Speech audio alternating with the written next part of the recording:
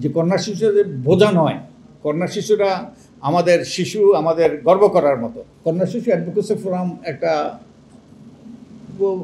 ওই যে গতানুগতিক করতে একটা গবেষণা সংস্থা নয়, আমরা একটা অ্যাক্টিভিস্ট অর্গানাইজেশন, এবং আমরা একটা গোয়েন্দা সংস্থা নয়, আমরা তদন্ত করি না, এইসব করি না।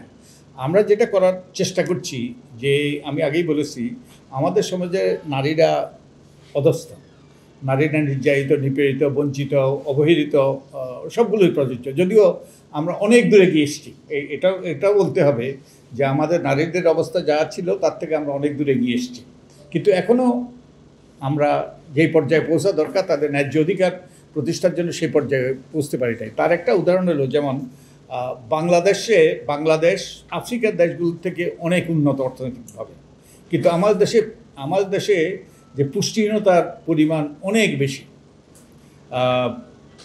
আফ্রিকার দেশগুলোর তুলনায়। এর মূল কারণ হলো, অনেকগুলো গবেষণা হয়েছে ইউনিসেফের উদ্যোগে, এই গবেষণাগুলো দেখিয়েছে এর মূল কারণ হলো নারীদের অধস্তন অবস্থা, নারীদের অধিকারহীনতা। এক্সট্রিম মশার কয়েল প্ল্যান্ট ফাইবার দিয়ে তৈরি, ডেঙ্গু, চিকুনগুনিয়া বাহি সহ যে কোনো মশার বিরুদ্ধে দেয় এক্সট্রিম সুরক্ষা।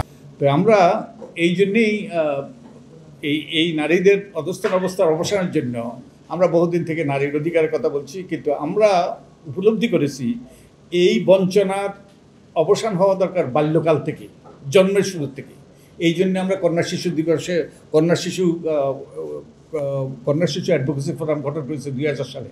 বস্তুত যেভাবে এটা এসছে, 2000 সালে আমি ব্যক্তিগতভাবে সরকারের কাছে আবেদন করেছি যে নারীদের প্রতি বঞ্চনার অবসান হওয়া দরকার বাল্যকাল থেকে।